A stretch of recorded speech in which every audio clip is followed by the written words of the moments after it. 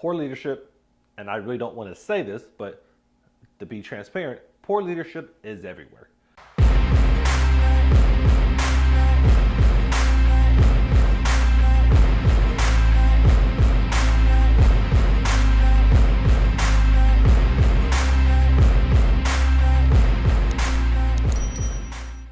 Hey everybody, Michael Laidler here, professional speaker. In today's video, it's going to be part 1 of 2, which is going to cover the 10 fatal flaws of poor leadership. In good times, poor leadership can be masked. Obviously, we can hide it away.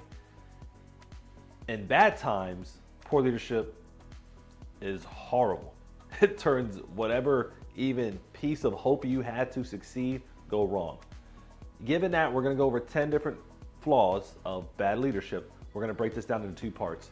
The first part, we're going to talk about the first 5 fatal flaws. The second part is going to be the other 5.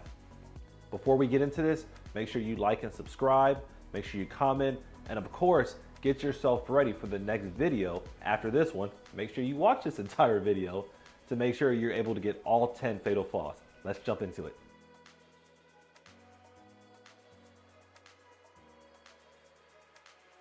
Poor leadership, and I really don't want to say this, but to be transparent, poor leadership is everywhere. Now, we don't want to talk about it, we don't want to think about it, but there are bad leaders everywhere. And these next 5 fatal flaws are some of the more common ones we see when it comes to poor leadership. And one of the only reasons I'm really even identifying them is because it's important to know. You just can't hide when bad things happen. Because when you do, you just make things worse and you're never able to grow or build from it. If you can't identify areas you need to improve or things that are disastrous to your organization or to your team, how do you grow from it? There's always going to be an obstacle in leadership. There's always going to be something that's going on. And being able to see some of these traits and characteristics, either in a leader around you or even in yourself, is important because you don't want to fail the people around you. The first flaw we're going to cover is the lack of energy and or enthusiasm. Have you ever been in a room where you had to start a new initiative, and as soon as that initiative comes out, the person that's delivering is like, oh gosh, here we go again. They're coming up with this new program. Now we got to sit here and work on these protocols. We got to come up with this policy. When you hear that from a leader, what does that do to you? Right there and then, you're looking at that individual as if he or she doesn't want to do it. I don't want to do it. That's one of the main flaws that I have seen in some leadership. We forget that all eyes are on us. And when people are watching us, they want to see the kind of energy that we're bringing to the table. They want to see that we're enthusiastic in order for them to get motivated. And as a leader, that's one of the roles you have to be in. You have to be that person that is spearheading an initiative.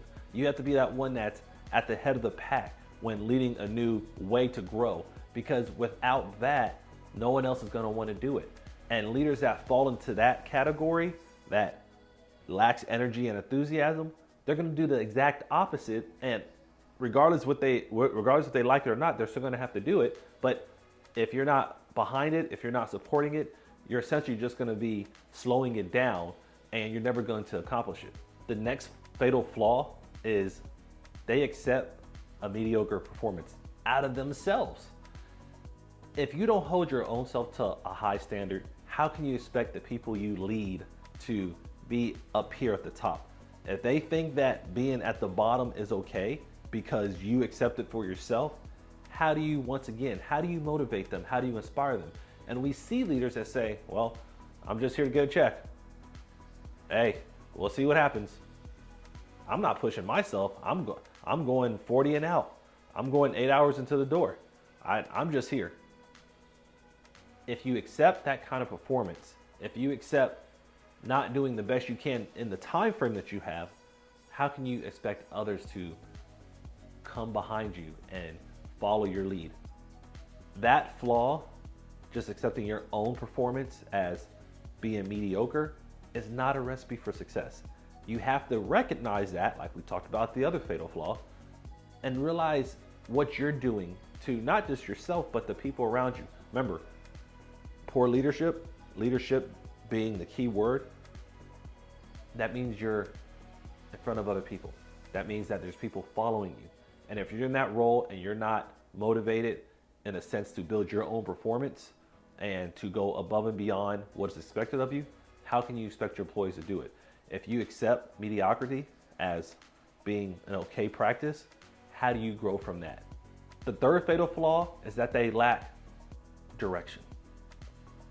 As a leader, how do you go on a path that maybe no one's ever been before if you don't at least have an idea on the way you're going? Think about it. Have you ever been around a leader? I don't want to say you've been the leader. Have you ever been around a leader that's just wandering aimlessly? They come into the office, they don't know what's going on, they don't want to know what's going on, and if they're given any kind of direction, they're like, well, let's see how we're going to get there. Let's shoot from the hip and wing it. That's a big flaw when it comes to leading others.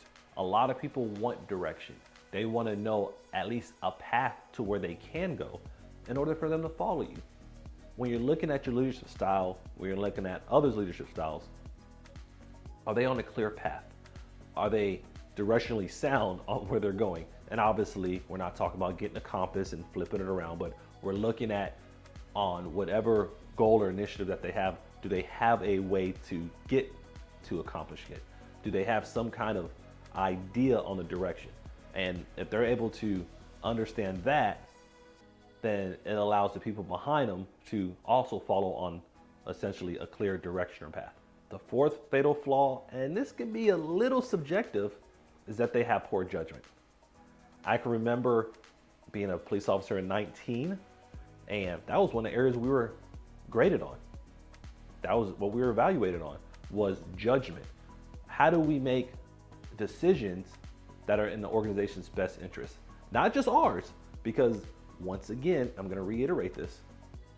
As a leader in a leadership role, your job, one of many of course, is to motivate others. Your job is to make the right decision based on the organizational needs, because it's just not about you in this situation. It's about the people around you. And if you're always displaying a poor judgment simply because you have your own agenda in your leadership role, it's not gonna work out. It's gonna be a flaw that carries to everybody and that impacts everybody. When you're looking at that fatal flaw, think about some of the decisions you currently make. How do you make them? Are you taking all the facts that you have, or are you just taking bits and pieces and hoping for the best results? Increase your judgment by looking at all the facts, getting facts that you don't know if you can access them, and then making a decision. I know in the law enforcement industry, sometimes it's whatever you have, but think about the big picture whenever you're making any decision. Take that macro view of it versus just the micro, versus just what's gonna suit you as a person. Because in a leadership role, the better the judgment, the better you and your team will succeed. The lack of judgment and essentially poor judgment is gonna lead to higher failure rates that you don't wanna see and you wanna try to avoid. The fifth and final fatal flaw on this video is they don't collaborate. They ask nobody for help. They think that because now you're in a leadership role that you don't have to ask anybody, or that person doesn't have to ask anybody. Now you probably want to ask people even more, because all of us that's been in leadership roles for more than a day, what we realize is to build others, it takes a lot of different viewpoints. There's not one right way for anybody that we deal with. And because of that, you have to learn how to get with other people. You have to learn how to share thoughts. You have to learn how to hear and listen to what other people have to say, whether it's people on your team, your peers, the people that lead you, but you have to have that ability to collaborate.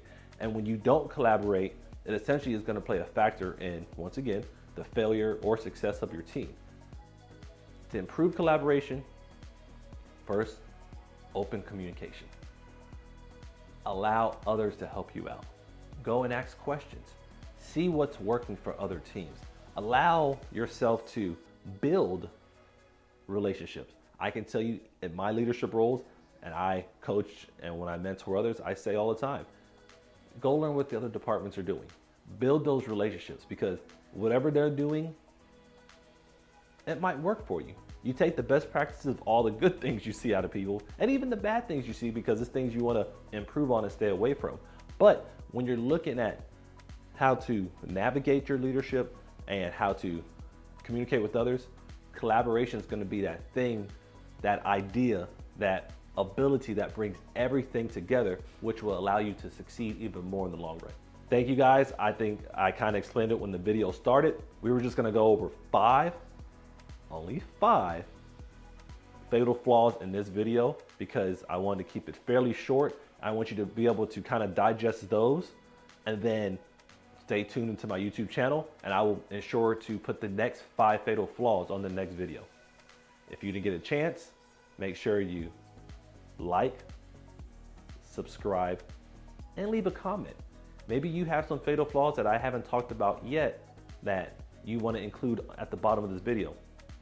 For all the viewers, put in the comments, let them know. And you never know, that might be the one fatal flaw I talk about next. And just because I haven't talked about it, you've experienced it, it's another way to share information and help each other grow.